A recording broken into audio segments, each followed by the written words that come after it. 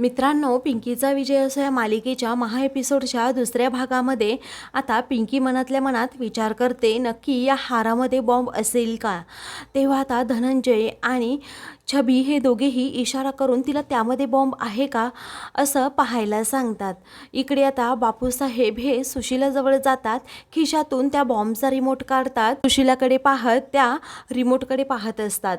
इकडे आता पिंकी तो हार पाहते तर त्यामध्ये खरंच बॉम्ब असतो, त्यामुळे ती प्रचंड घाबरते. दुसरीकडे बापूसाहेब म्हणतात, अहो चला ना, आता आपल्याला निघायचंय. मग आता सुशीलाला ते म्हणतात गाडीत बसा, तेव्हा सुशीला म्हणते हो ठीक आहे असं म्हणून ती गाडीत बसणार असते तर बापूसाहेबांच्या हातात जो रिमोट असतो तो रिमोट सुशीलाचा धक्का लागून खाली पडतं. त्यामुळे ती आता तो उचलते आणि स्वतःकडे घेत विचारते की हे काय आहे. तेव्हा बापूसाहेब म्हणतात काही नाही, तुम्ही गाडीत बसा, मी तुम्हाला सांगतोय ना. पण सुशीला आता सारखीच हट्ट करते की ते माझ्याकडे द्या, काय आहे ते पाहू द्यात. परंतु आता बापूसाहेब अजिबात तिच्याकडे तो रिमोट देत नाही. इकडे आता पिंकी घरातील सगळ्यांकडे पाहते तर सर्वजण छानपैकी असे मस्त गप्पा मारत असतात.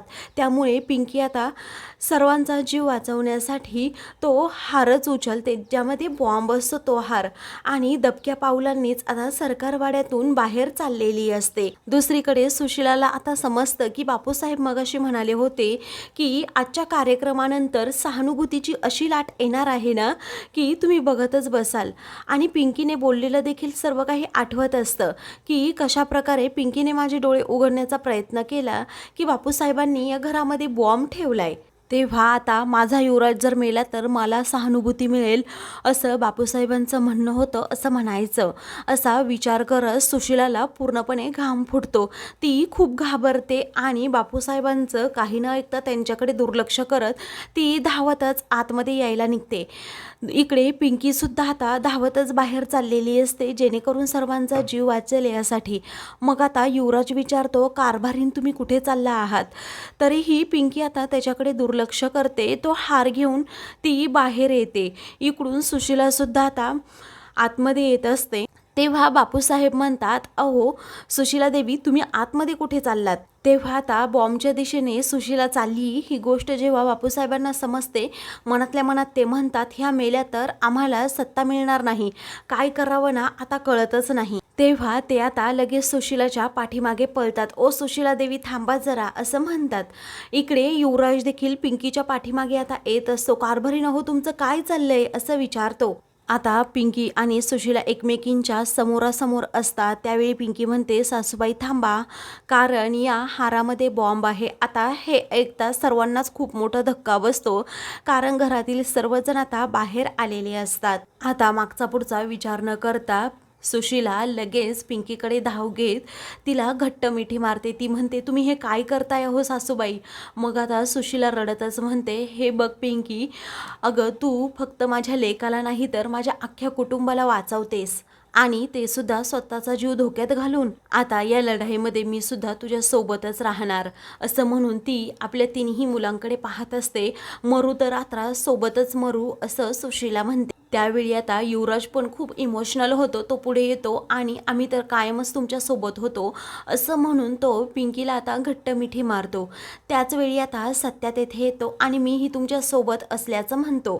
आता त्या पाठोपाठ छबी, डॉल्बी आणि चित्रा, धनंजय हे सर्वजण तेथे येतात, एकमेकांना मिठी मारतात. सर्वजण पिंकीच्या बाजूने आता ठामपणे उभे असतात. तेवढ्यातच बापूसाहेब तेथे येतात आणि म्हणतात की अहो ही मुलगी घाटवाडीची मुलगी.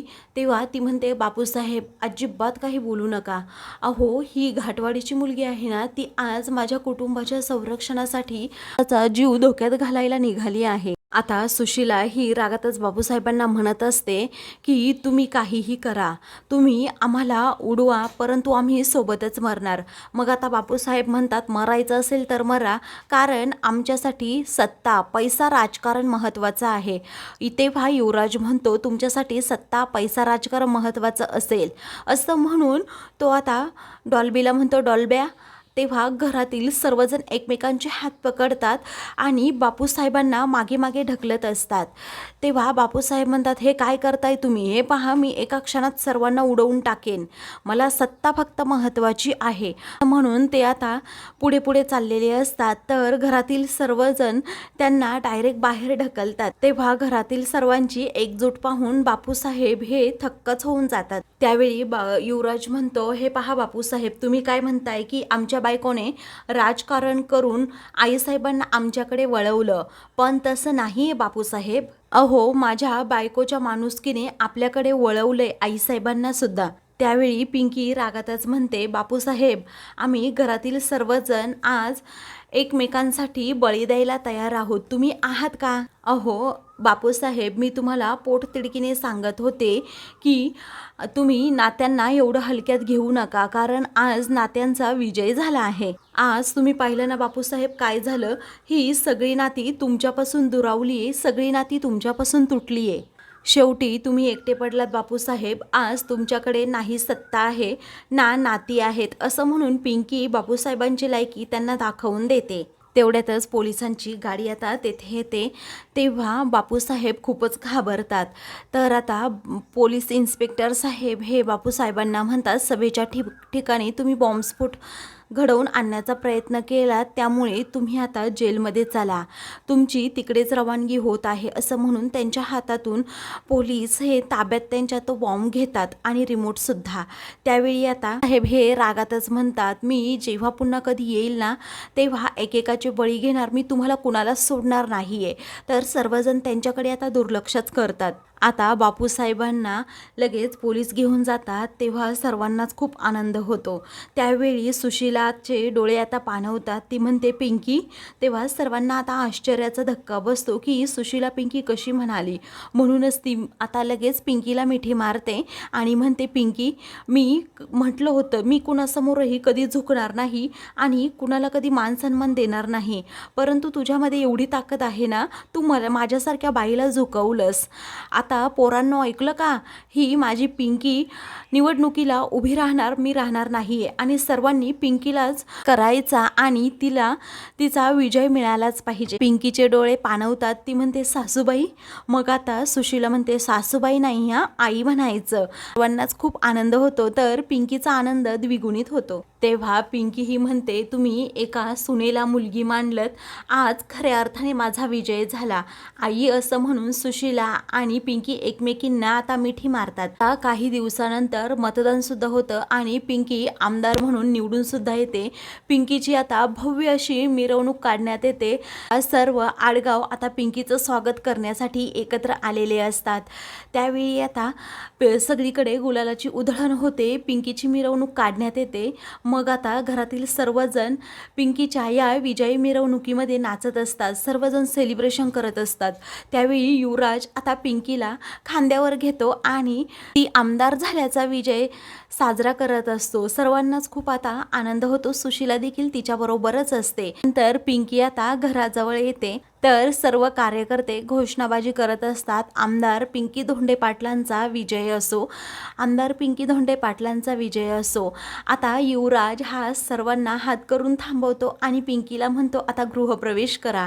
मग चित्रा आणि त्याचबरोबर छबी या दोघीही आता तिचा औक्षण करण्यासाठी समोर उभ्याच असतात. तेव्हा आता पिंकी आतमध्ये घरात पाय टाकणार असते. तेव्हा छबी म्हणते, अगं थांब थांब, मला औक्षण तरी करू देत. आता छबी तिचं औक्षण करायला घेते खरी, परंतु सुशिला तेवढ्यातच तेथे येते आणि म्हणते, थांब पोरी, असं म्हणून ती तिला अडवते. तेव्हा तुम्ही माझं स्वागत करणार नाही का, असं आता पिंकी सुशिलाला विचारते. तेव्हा तू जरी आमदार झाली असेल ना, तरीही या घरामध्ये अजूनही माझी सत्ता आहे आणि माझंच राज्य चालणार, माझ्या म्हणण्याप्रमाणेच होणार, असं सुशिला जरा रागातच म्हणते. आता सर्वजण सुशिलाकडे आश्चर्याने पाहू लागतात की हिच्यामध्ये पुन्हा कसा बदल झाला. मग आता पिंकीला खूप वाईट वाटतं. तर सुशिला म्हणते, चित्रे. ती म्हणते, हो आईसाहेब, असं म्हणून ती आतमध्ये जाते आणि एक मापटं घेऊन येते. तांदळाने भरलेलं ते मापटं असतं. तेव्हा ती तेथे पिंकीच्या पायाजवळ ठेवते आणि पिंकीला म्हणते की आता हे मापटं ओलांड आणि घरात ये. तेव्हा घरातील सर्वांनाच खूप आता आनंद होतो. तेव्हा युवराज म्हणतो, हे तर बेस्ट झालं आईसाहेब. मग आता सुशीला कौतुकाने पिंकीकडे पाहत म्हणते, पिंके आता हे माप ओलांडून तू घरात ये. आता सुशीलाच्या या प्रेमामुळे पिंकीचे डोळे पाणवतात. ती खूपच खुश होते. त्यावेळी ती म्हणते, आईसाहेब हे पहा, निवडणुकीचं ठीक आहे, परंतु आज जगातील सर्वात मोठी लढाई जिंकल्यासारखं मला वाटतंय. कारण आज तुम्ही माझा सून म्हणून स्वीकार केलात. तेव्हा छबी लगेच पिंकीचं औक्षण करते. आज सुशीला पिंकीचा गृहप्रवेश करते आणि तिला आतमध्ये यायला सांगते. मग आता सुशीला म्हणते, माझी एक इच्छा आता तू पूर्ण करायची, मला नातवंड पाहिजे. पिंकी आता खूप लाजते. तर सुशीला दुसरी इच्छा बोलून दाखवते की हे बघ पिंकी, आता तू आपल्या महाराष्ट्राची पहिली महिला मुख्यमंत्री व्हावीस असं मला वाटतं. फक्त जिल्ह्याची नाही तर अख्ख्या महाराष्ट्राची जबाबदारी तू स्वीकारावीस.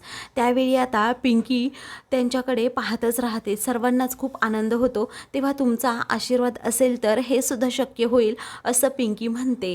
आणि तुमच्यासाठी काय पण असं ती म्हणते. त्यावेळी आता युवराज म्हणतो, मग आमच्यासाठी. तेव्हा पिंकी आता सर्वांसमोरच युवराजला प्लँकीस देते आणि खूप लाजतच सुशीलाला पुन्हा मिठी मारते.